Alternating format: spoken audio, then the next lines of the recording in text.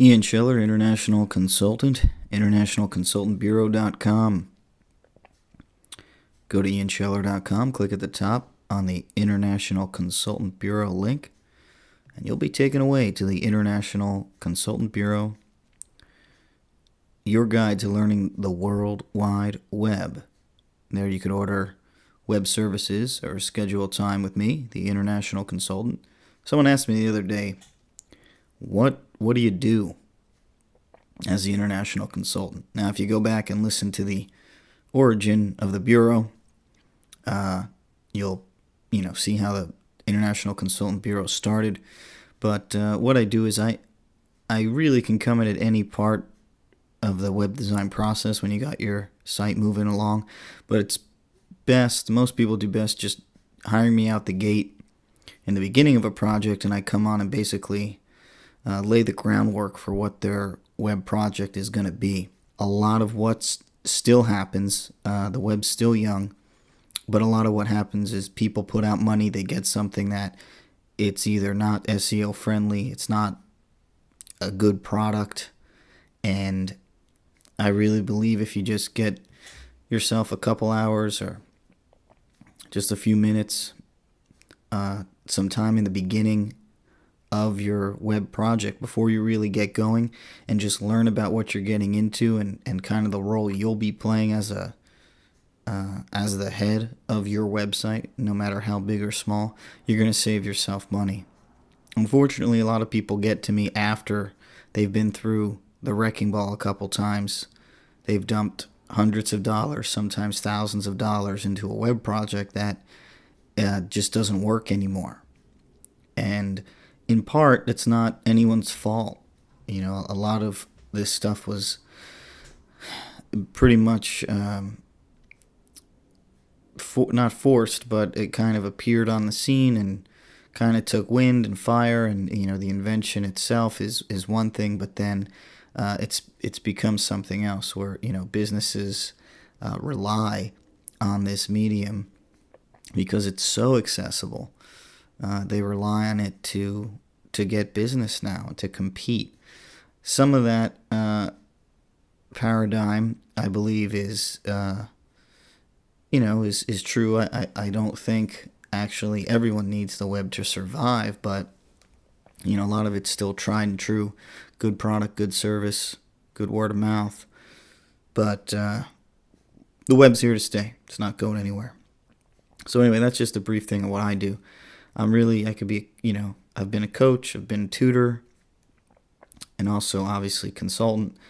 And the bottom line is to just be educated, be aware, and put your time and what you're doing with your business on the business and your service, and make it efficient. Make it efficient and make it work. So I wanted to talk about testing because it's a part of the design phase. After you've got your domain name, you got your hosting, you've concepted, you've wireframed, you've drawn out some sketches, you may be handed those to a designer or a firm that's going to handle both the design and the coding for you. Some of you are getting involved in search engine optimization. We're going to save that for a separate podcast, but you've gotten to the point now where either your designer or your developer or the people handling your website have said, we're going to test this now. We're in testing. Hopefully they've told you. They should tell you because testing's a really fun part and a really exciting part for the project, because it's after testing is you launch it live. So in the beginning of your journey into the site, besides thinking of what the things are going to be that you're going to be updating on the site, and I think we'll talk about that actually next podcast, but you also have to decide, one of the main things you're going to be deciding is where do you want this to be viewed and how do you want it to be viewed. Now, even though the desktop computer is still a very common and widely used apparatus for viewing the web, you can't question smartphones, tablet devices, meaning iPad and Android tablets. There's the Nook. There's all sorts of e-readers. These are all very prominent devices. Now, a lot of them, if you're on the developer side, a lot of them will automatically resize your website, and they'll do it quite well. Some of them won't. And the only way to really know if your website will look good on these devices is to actually have a device and look at it.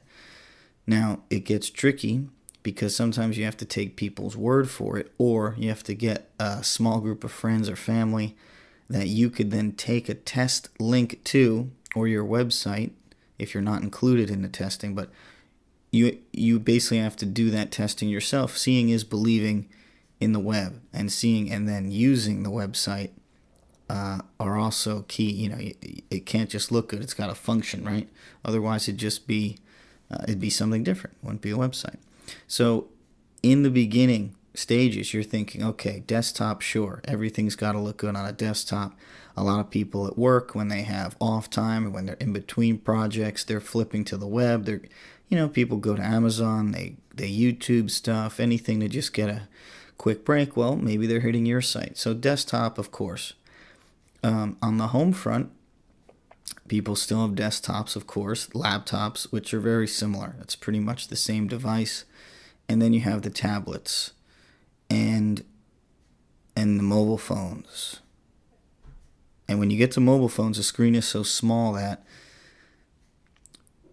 if you order this kind of thing, or if you want this kind of thing, your website to look great on a mobile phone, you really got to plan ahead for it. And it will be extra work because the designer has to eliminate or include certain things that are extremely pertinent to the function of your site, and really only put into that mobile phone what is extremely important. And it's actually a good thing because in general, for those of you that read Steve Krug, who's a usability tester, he very much stresses the point of having clear, legible, concise content that's going to get the user from A to B to C very quick. Remember how we talked about the top 3 things of your business? They should be there on the homepage. What are the top 3 things you want people to know? For most of you, maybe it's just your contact number, your email, and your telephone number, and your website, so they can get in touch and actually talk to you and move stuff forward. But so just know, like anything else, more devices, probably a bigger budget. Another caveat, which is a major one, is Flash content. So if you're one of those people who thinks they need Flash on their site, and I know some of you guys are out there, just know that it's not going to work on certain devices. I believe iPhone, there's no Flash. So everything's got to be done on a more code-based side. And each device in general, besides this thing I just told you about, certain things not working, each device has its own little quirks. So think about your customers. Think about what they might be using in their everyday lives. If it's mobile phone, maybe you just want to get a mobile site out there that looks great on a desktop, because you can do that. A lot of the developers and designers are very skilled and can build it. And maybe you just want a mobile site and a small desktop site, something that will look good on both platforms. Maybe you want to go full Monty and get the thing looking good everywhere. Tablets, desktops, laptops, smartphones. So there's a whole bunch of devices. Now, get out there, get organized before you really pay that down payment or get things going. Think about where you want your site to end up, and you'll have a better go at it when you get going in the process. Ian Scheller, International Consultant Bureau, thanking Blueprint.com. Blueprint.com, all your printing needs: posters, business cards, flyers, QR codes, and just about anything you could think of that you need printed. Blueprint.com. That's it for now. I'll see you next time when we talk about browsers.